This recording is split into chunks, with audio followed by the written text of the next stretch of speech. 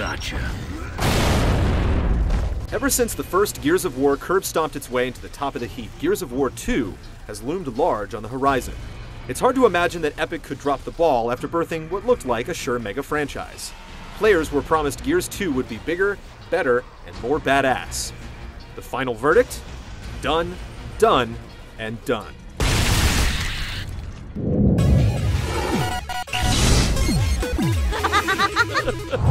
Six months after Marcus Phoenix and the rest of Delta Squad defeated the invading Locust Horde by detonating a light mass bomb, the ugly underground dwellers suddenly begin to strike back by sinking entire cities into huge holes. With only one major stronghold left, humanity is forced to go on the offensive, drilling their way underground to rip the Locust a new one.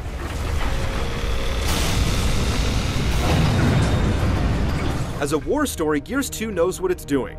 A professional writer is on board this go-around, and from time to time, it definitely shows. There's a little weirdness, melodrama, and cheese, and Emergence whole always somehow sounds horribly wrong, but there's also some real human drama packed between powerful set pieces. The path to the finale hits a variety of moods, emotions, and destinations. If you're already invested in the Gears story, you're in for a ride, and even if you're just in it for the blood and glory, you'll still appreciate it. Thanks for the assist, Cole. Where's the rest of your squad? Here's my squad.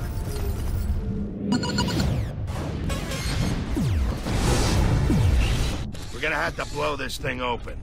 Baird, can you get a blast charge ready? Of course. Regular or extra strength? Extra strength.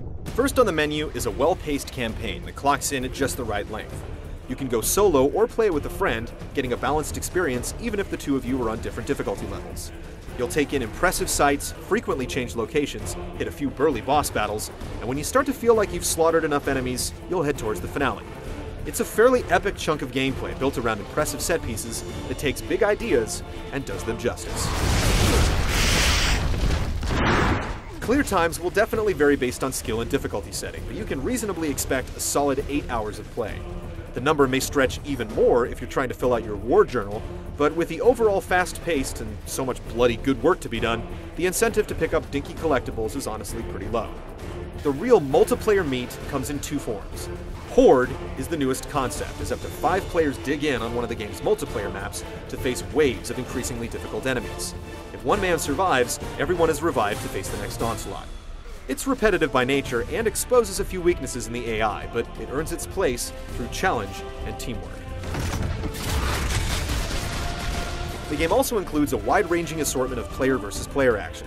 Traditional match types are supplemented with new modes, the most interesting being Submission, that capture the angry moving target game formerly known as Meat Flag, and Wingman, an incredibly fun deathmatch variant that divides players into teams of 2, preserving some of the chaos of a free-for-all while still giving you somebody to watch your back.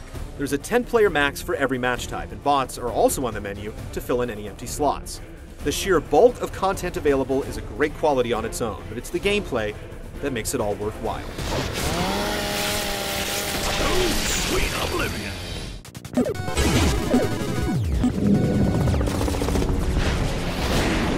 The original Gears of War had a signature feel, and Gears 2 doesn't mess with what worked before.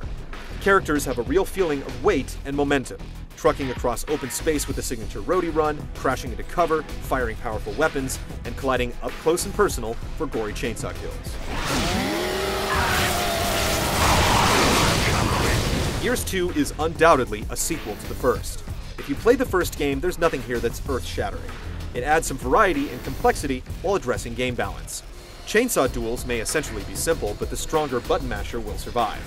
The meat shield mechanic, which lets players pick up a downed enemy to soak up bullets, is a great defensive move, and improvements to the cover system make the game even more playable. No longer will you find yourself latching onto random walls after coming out of a roll, and you can even customize your control scheme to limit mistakes. Everything about the core gameplay works, but the game makes sure you have a few breaks in between.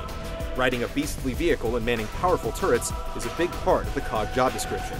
Don't be surprised if you end up looking at the standard shooting sequences as a break from it. The different environments substantially change the way you fight and progress. There are enough different types of enemies so that you'll need to adopt new strategies to deal with them. Fast-moving, skittering bombs called tickers are only one of the new occupational hazards. They're spread out over the campaign, but you can really get familiar with the new faces in Horde mode. As for the boss fights, they don't really flow completely with the rest of the game, but they still make a lasting impression.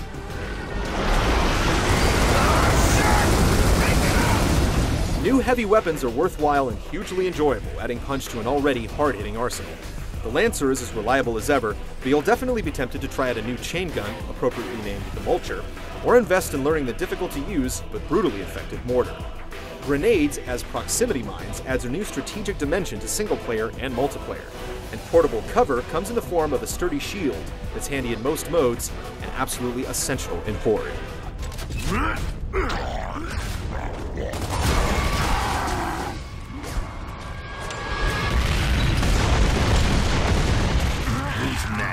Multiplayer hasn't quite been revolutionized, but it has been significantly improved. Numerous balance tweaks and smart new mechanics help make multiplayer enjoyable and fair. A stopping power feature discourages head-on charges, and being able to crawl when you're downed increases survivability and makes the somewhat risky finishing moves even more important. If you are taken out, a dynamic battle camera lets you snap and save pictures. Even though it's been expanded, the gameplay remains focused and fun.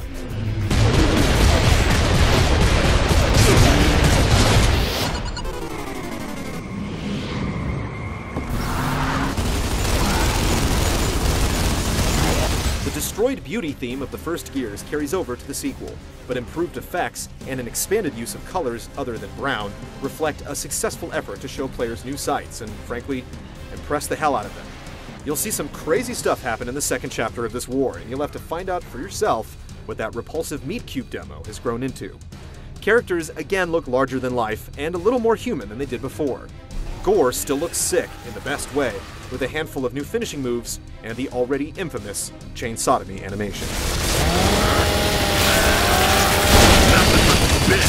The game consistently manages to put impressive holy crap worthy stuff on screen. Your ears get their fair share of candy too.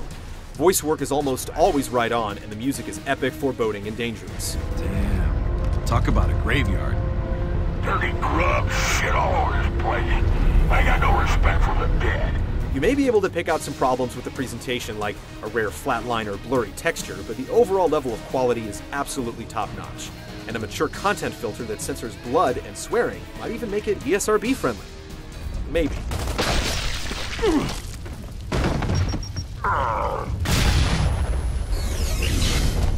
It's not absolutely perfect. It's fairly similar to the first game, and it can be boiled down to a simple war game about killing aliens. But Gears of War 2 delivers on all its promises, and accomplishes almost everything a big sequel should, keeping its distinct identity while buffing up in every possible category. Unless you're already a confirmed hater or have absolutely no interest in ripping Locust apart with some of gaming's most badass weaponry, don't think twice.